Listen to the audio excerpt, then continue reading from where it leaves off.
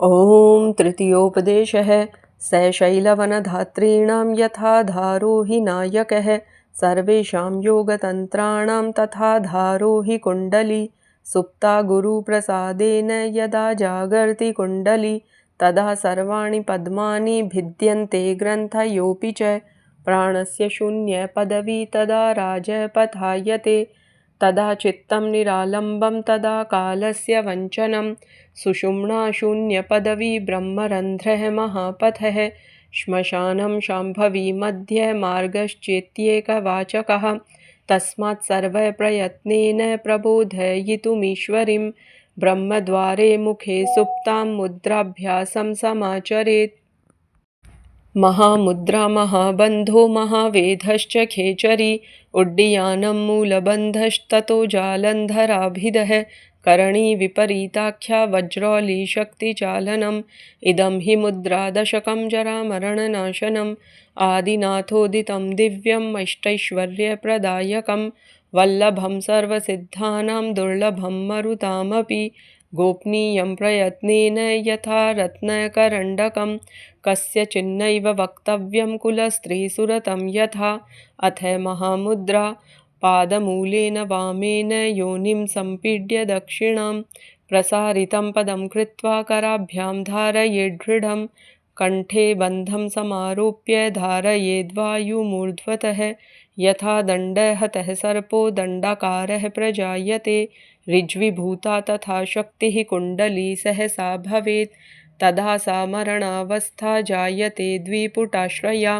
ततः शनैः शनैरेव रेचयन्नैव वेगतः महामुद्रा च तेनैव वदन्ति विबुधोत्तमः इयं खलु महामुद्रा महासिद्धैः प्रदर्शिता महाक्लेशादयो दोषः क्षीयन्ते मरणादयः महामुद्रां च तैनेव वदन्ति विबुधोत्तमः चन्द्राङ्गे तु समभ्यस्य सूर्याङ्गे पुनरभ्यसेत् यावत् तुल्या भवेत् संगा ततो मुद्रां विसर्जयेत् न हि पथ्यम् अपथ्यं वा रसाः सर्वेऽपि नीरसः अपि भुक्तं विषं घोरं पीयूषमपि जीर्यति क्षयकुष्ठगुदावर्तगुल्मजीर्णपुरोगमः तस्य दोषः क्षयं यान्ति महामुद्रां तु योऽभ्यसेत् कथितेयं महामुद्रा महासिद्धिकरा नृणां गोपनीया प्रयत्नेन न देया यस्य कस्यचित् अथ महाबन्धः पार्ष्णिं वामस्य पादस्य योनिस्थाने नियोजयेत् वामोरुपरि संस्थाप्य दक्षिणं चरणं तथा पूरयित्वा ततो वायुं हृदये चुबुकं दृढं निष्पीड्यं वायुमाकुञ्च्य मनोमध्ये नियोजयेत् धारयित्वा यथाशक्ति रेचयेदनिलं शनैः सव्याङ्गे तु समभ्यस्य दक्षाङ्गे पुनरभ्यसेत् मतमत्र तु केषचित् कण्ठबन्धं विवर्जयेत् राजदन्तस्थजिह्वाया बन्धः शस्तो भवेदिति अयं तु सर्वनाडीनामूर्ध्वं गतिनिरोधकः अयं खलु महाबन्धो महासिद्धिप्रदायकः कालपाशमहाबन्धविमोचनविचक्षणः त्रिवेणीसङ्गमं धत्ते केदारं प्रापयेन्मनः रूपलावण्यसम्पन्ना यथा स्त्रीपुरुषं विना महामुद्रा महाबन्धौ निष्फलौ वेधवर्जितौ अथ महावेधः महाबन्धस्थितो योगी कृत्वा पूरकमेकधी वायुनां गतिमावृत्य निभृतं कण्ठमुद्रया समहस्तयुगो भूमौ स्विचौ सेनाडयेच्छनैः पुटद्वयमतिक्रम्य वायुः स्फुरति मध्यगः सोमसूर्याग्निसम्बन्धो जायते चामृताय वै मृतावस्था समुत्पन्ना ततो वायुं रेचयेत् महावेधोऽयमभ्यासान् महासिद्धिप्रदायकः वलीपलितवेपघ्नः सेव्यते साधकोत्तमैः एतत्त्रयं महागुह्यं जरामृत्युविनाशनं वह्नि वृद्धिकरं चैव ह्यणिमादिगुणप्रदम् अष्टधा क्रियते चैव यामे यामे दिने दिने पुण्यसंभारसन्धाय पापौघभिदुरं सदा सम्यक् शिक्षावतामेवं स्वल्पं प्रथमसाधनम् अथ खेचरी कपालकुव्वरे जिह्वा प्रविष्टा विपरीतगा भ्रुवोरन्तर्गता दृष्टिर्मुद्रा भवति खेचरी छेदञ्चालनदोहै कलां क्रमेणाथ वर्धयेत्तावत् सा यावद् भूमध्यं स्पृशति तदा खेचरी सिद्धिः। सुह्निपत्रनिभं शस्त्रं सुतीक्ष्णं स्निग्धनिर्मलं समादाय ततस्तेन रोममात्रं समुच्छिनेत् ततः सैन्धवपथ्याभ्यां चूर्णिताभ्यां प्रघर्षयेत् पुनः 7 दिने प्राप्ते रोममात्रं समुच्छिनेत्। एवं क्रमेण षण्मासं नित्यं युक्तः समाचरेत्।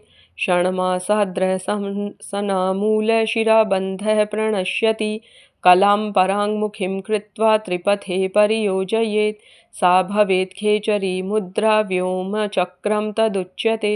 रसनामूर्ध्वगां कृत्वा क्षणार्धमपि तिष्ठति। विषैर्विमुच्यते योगी व्याधिमृत्युजरादिभिः। न रोगो मरणं तन्द्रा न निद्रा न क्षुधा तृषा न च मूर्छा भवेत् तस्य यो मुद्रां वेत्ति खेचरीं। पीड्यते न स रोगेण लिप्यते न च कर्मणा बाध्यते न स कालेन यो मुद्रां वेत्ति खेचरीं। चित्तं चरति खे यस्माज्जिह्वा चरति खे गता तेनैषा खेचरी नाम मुद्रासिद्धैर्निरूपिता। खेचर्या मुद्रितं येन विवरं लम्बिकोर्ध्वतः न तस्य क्षरते बिन्दुः कामिन्यः श्लेषितस्य च। चलितोऽपि यदा बिन्दुः सम्प्राप्तो योनिमण्डलं व्रजत्यूर्ध्वं हृतः शक्त्या निबद्धो योनिमुद्रया ऊर्ध्वजिह्वः स्थिरो भूत्वा सोमपानं करोति यः मासार्धेन न सन्देहो मृत्युं जयति योगवित्। नित्यं सोमकलापूर्णं शरीरं यस्य योगिनः तक्षकेणापि दष्टस्य विषं तस्य न सर्पति। इन्धनानि यथा वह्निः तैलवर्ती च दीपकः तथा सोमकलापूर्णं देहि देहं न मुञ्चति। गोमांसं भक्षयेन्नित्यं पिबेदमरवारुणिं कुलीनं तमहं मन्ये चेतरे कुलघातकः। गोशब्देनोदिता जिह्वा तत्प्रवेशो हि तालुनि। गोमांसभक्षणं तत्तु महापातकनाशनं। जिह्वाप्रवेशसम्भूतवह्निनोत्पादितः खलु चन्द्रात् स्रवति सारः सा स्याद्मरवारुणि। चुम्बन्ति यदि लम्बिकाग्रमनिशं जिह्वारसस्यन्दिनि सक्षाराकटुकामकाम्लदुग्धसदृशी मध्वाज्यतुल्या तथा। व्याधिनां हरणं जरान्तकरणं शस्त्रागमोदीरण तस्य स्यादमरत्वमष्टगुणितं सिद्धाङ्गनाकर्षणम्। मूर्ध्न षोडशपद्मपत्रगलितं प्राणाद्वाप्तं हठाद् ऊर्ध्वहास्यो रसनां नियम्य विवरे शक्तिं परां चिन्तयन्। उत्कलोलकलाजलं च विमलं धारामयं यः पिबेन् निर्व्याधिः स मृणालकोमलवपुर्योगी चिरं जीवति। यत्प्रालेयं प्रहितसुशिरं मेरुमूर्धान्तरस्थं तस्मिंस्तत्त्वं प्रवदति सुधिस्तन्मुखं निमग्नानां। चन्द्रात् सारः स्रवति वपुषस्तेन मृत्युर्नराणां तद्बध्नीयात् सुररणमधो नान्यथा कायसिद्धिः। सुशिरं ज्ञानजनकं पञ्चस्रोतः समन्वितं तिष्ठते खेचरी मुद्रा तस्मिन् शून्ये निरञ्जने। एकं सृष्टिमयं बीजमेकमुद्रा च खेचरी। एको देवो निरालम्ब एकावस्था मनोन्मनि। अथ उड्डीयान् बन्धः बद्धो येन सुषुम्नायां प्राणस्तुड्डीयते यतः तस्मादुड्डीयनाख्योऽयं योगिभिः समुदाहृतः। उड्डीनं कुरुते यस्माद्विश्रान्तं महाखगः उड्डीयानं तदेव स्यात्तव बन्धोऽभिधीयते। उदरे पश्चिमं तानं नाभिरूर्ध्वं च कारयेत्। उड्डीयानो ह्यसौ बन्धो मृत्युमातङ्गकेसरी। उड्डीयानं तु सहजं गुरुणा कथितं सदा। अभ्यसे सततं यस्तु वृद्धोऽपि तरुणायते। नाभेरूर्ध्वमधश्चापि तानं कुर्यात् प्रयत्नतः। क्षणमासम् अभ्यसेन्मृत्युं जयत्येव न संशयः। सर्वेषामेव बन्धानामुत्तमो ह्युड्डीयानकः। उड्डीयाने दृढे बन्धे मुक्तिः स्वाभाविकी भवेत्। अथ मूलबन्धः पार्ष्णिभागेन सम्पीड्य योनिमाकुञ्चयेद्गुदम् अपानमूर्ध्वमाकृष्य मूलबन्धोऽभिधीयते। अधो गतिमपानं वा ऊर्ध्वगं कुरुते बलात् आकुञ्चनेन तं प्राहुर्मूलबन्धं हि योगिनः। गुदं पार्ष्ण्यां तु सम्पीड्य वायुमाकुञ्चयेद्बलात् वारं वारं यथा चोर्ध्वं समायाति समीरणः। प्राणपानौ नादबिन्दुमूलबन्धेन चैकतां गत्वा योगस्य संसिद्धिं यच्छतो नात्र संशयः। अपानप्राणयोरैक्यं क्षयो मूत्रपुरीशयोः युवा भवति वृद्धोऽपि सततं मूलबन्धनात्। अपान ऊर्ध्वगे जाते प्रयाते वह्निमण्डलं तदा नलशिखादीर्घा जायते वायुनाहता।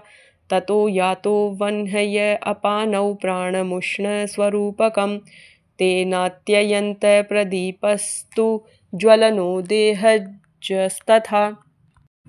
तेन कुण्डलिनी सुप्ता सन्तप्ता सम्प्रबुध्यते।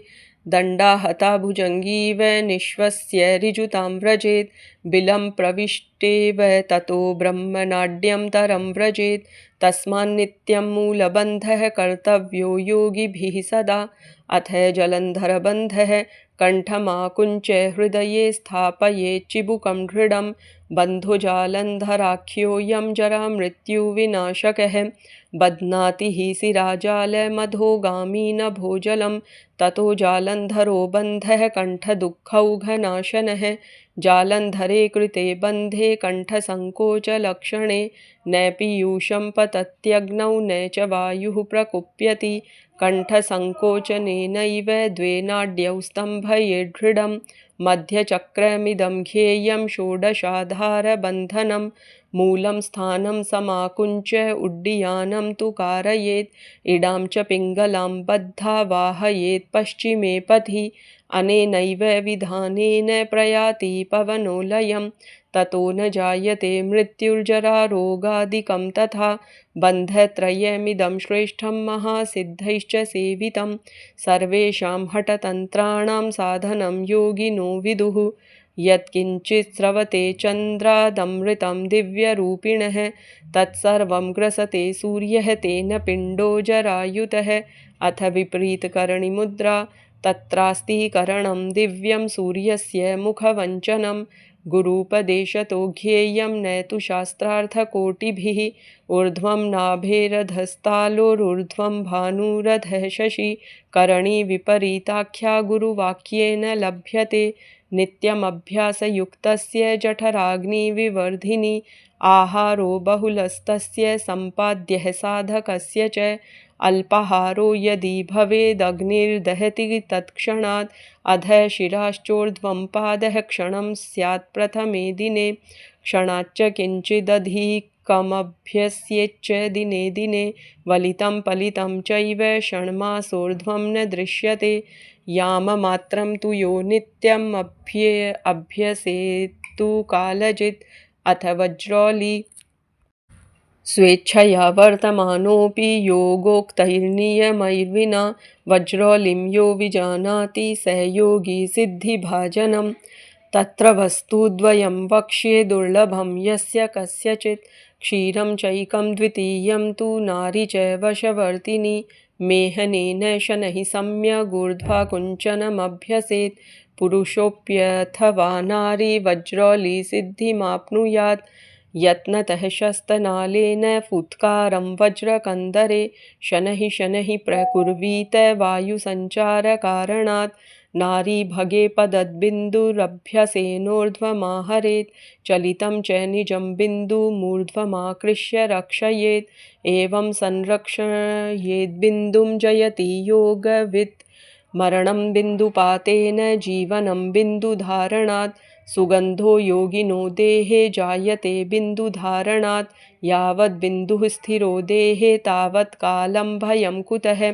चित्तायत्तं नृणां शुक्रं शुक्रायत्तं च जीवितं तस्मात् शुक्रं मनश्चैव रक्षणीयं प्रयत्नतः ऋतुमत्या रजोऽप्येवं निजं बिन्दुं च रक्षयेत् मेढ्रेणाकर्षयेद्दूर्ध्वं सम्यगभ्यासयोगवित् अथ सहजोलिः सहजोलिश्चामरोलिर्वज्रोल्याभेद एकतः जले सुभस्म निक्षिप्य दग्धगोमयसम्भवं वज्रोलिमैथुनादूर्ध्वं स्त्रीपुंसुः स्वाङ्गलेपनम् आसीनयोः सुखेनैव मुक्तव्यापारयोः क्षणात् सहजोलिरियं प्रोक्ता श्रद्धेया योगिभिः सदा अयं शुभकरो योगो भोगयुक्तोऽपि मुक्तिदः अयं योगः पुण्यवतां धीराणां तत्त्वदर्शिनां निर्मत्सराणां वैसिद्ध्येन्नेतु मत्सरशालिनाम् अथ अम्रोली पित्तोल्बणत्वात् प्रथमाम्बुधारां विहाय निस्सारतयान्त्यधारां निषेव्यते शीतलमध्यधारा कापालिके खण्डमतेऽम्रोली अमरिं यः पिबेन्नित्यं नस्यं कुर्वन् दिने दिने वज्रोलिमभ्यसे सम्यक् मासरोलीति कथ्यते अभ्यासान्निःसृतां चान्द्रिं विभूत्या सह मिश्रयेत् धारयेदुत्तमाङ्गेषु दिव्यदृष्टिः प्रजायते पुंसो बिन्दुं समाकुञ्च्य सम्यगभ्यासपाटवात् यदि नारी रजो रक्षेद्वज्रोल्या सापि योगिनी तस्याः किञ्चिद्रजो नाशं न गच्छति न संशयः तस्याः शरीरे नादश्च बिन्दुतामेव गच्छति स बिन्दुस्तद्रजश्चैव एकीभूय स्वदेहगौ वज्रोल्यभ्यासयोगेन सर्वसिद्धिं प्रयच्छतः रक्षेदाकुञ्चनादूर्ध्वं यः रजः सा हि योगिनी अतीतानागतं वेत्ति खेचरी स भवेद्ध्रुवं देहसिद्धिं च लभते वज्रोल्य अभ्यासयोगतः अयं पुण्यकरो योगो भोगभुक्तेऽपि मुक्तिदः अथ शक्तिचालनं कुटिलाङ्गी कुण्डलिनी भुजङ्गी शक्तिरीश्वरी कुण्डल्यरुन्धती चैते शब्दः पर्यायवाचकः उद्घाटयेत् कपाटं तु यथा कुञ्चिकया हठात् कुण्डलिन्या तथा योगी मोक्षद्वारं विभेदयेत् येन मार्गेण गन्तव्यं ब्रह्मस्थानं निरामयं मुखेनाच्छाद्य तद्वारं प्रसुप्ता परमेश्वरी कन्दोर्ध्वे कुण्डली शक्तिः सुप्तमोक्षाय योगिनां बन्धनाय च मूढानां यस्तां वेत्ति स योगवित् कुण्डली कुटिलाकारा सर्पवत् परिकीर्तिता सा शक्तिश्चालिता येन स मुक्तो नात्र संशयः गङ्गा यमुनयोर्मध्ये बालरण्डां तपस्विनीं बलात्कारेण गृह्णीयात् तद्विष्णुः परमं पदम् इहा भगवती गङ्गा पिङ्गला यमुना नदी इहा पिङ्गलयोर्मध्ये बालरण्डा च कुण्डली पुच्छे प्रगृह्य भुजङ्गीं मुद्बोधयेच्च तां निद्रां विहाय सा शक्तिरूर्ध्वमुत्तिष्ठते हठात् अवस्थिता चैव फणावती सा प्रातश्च सायं प्रहरार्धमात्रं प्रपूर्य सूर्यात् परिधानयुक्त्या प्रगृह्य नित्यं परिचालनीया ऊर्ध्वं वितस्ति मात्रं तु विस्तारं चतुरङ्गुलं मृदुलं धवलं प्रोक्तं वेष्टिताम्बरलक्षणं सती वज्रासने पादौ कराभ्यां धारयेत् दृढं गुल्फदेशसमीपे च कन्दं तत्र प्रपीडयेत् वज्रासने स्थितो योगी चालयित्वा तु कुण्डलीं कुर्यादनन्तरं भस्रां कुण्डलीमाशु बोधयेत् भानुराकुञ्चनं कुर्यात् कुण्डलीं चालयेत् ततः मृत्युवक्त्रगतस्यापि तस्य मृत्युभयं कुतः मुहूर्तद्वयपर्यन्तं निर्भयं चालनादसौ ऊर्ध्वमाकृष्यते किञ्चित् सुषुम्नायां समुद्गता तेन कुण्डलिनी तस्याः सुषुम्नाया मुखं ध्रुवं जहाति तस्मात् प्राणोऽयं सुषुम्नां व्रजति स्वतः तस्मात् सञ्चालयेन्नित्यं सुखसुप्तामरुन्धतीं तस्याः सञ्चालनेनैव योगी रोगः प्रमुच्यते येन सञ्चालिता शक्तिः सह योगी सिद्धिभाजनं किमत्र बहुनोक्तेन कालं जयति लीलया ब्रह्मचर्यरतस्यैव नित्यं हितमिताशिनः मण्डला दृश्यते सिद्धिः कुण्डल्य अभ्यासयोगिनः कुण्डलिं चालयित्वा तु भस्रां कुर्याद्विशेषतः एवमभ्यास्यतो नित्यं यमिनो यमभिः कुतः 270सहस्राणां नाडीनां मलशोधने कुतः प्रक्षालनोपायः कुण्डल्य अभ्यसनादृते इयं तु मध्यमा नाडी दृढाभ्यासेन योगिनाम् आसन् प्राणसंयममुद्राभिः सरला भवेत् अभ्यासे तु विनिद्राणां मनो धृत्वा समाधिना रुद्राणि वा परामुद्रा भद्रां सिद्धिं प्रयच्छति राजयोगं विना पृथ्वी राजयोगं विना निशा राजयोगं विना मुद्रा विचित्रापि न शोभते मारुतस्य विधिं सर्वं मनोयुक्तं समभ्यसेत् इतरत्र न कर्तव्या मनोवृत्तिर्मनीषिणा इति मुद्रादश प्रोक्ता आदिनाथेन शम्भुना एकैका तासु यमिनां महासिद्धिप्रदायिनी उपदेशं हि मुद्राणां यो दत्ते साम्प्रदायिकं स एव श्रीगुरुः स्वामी साक्षादीश्वर एव सः तस्य वाक्यपरो भूत्वा मुद्राभ्यासे समाहितः अणिमादिगुणैः सार्धं लभते कालवञ्चनम्। ॐ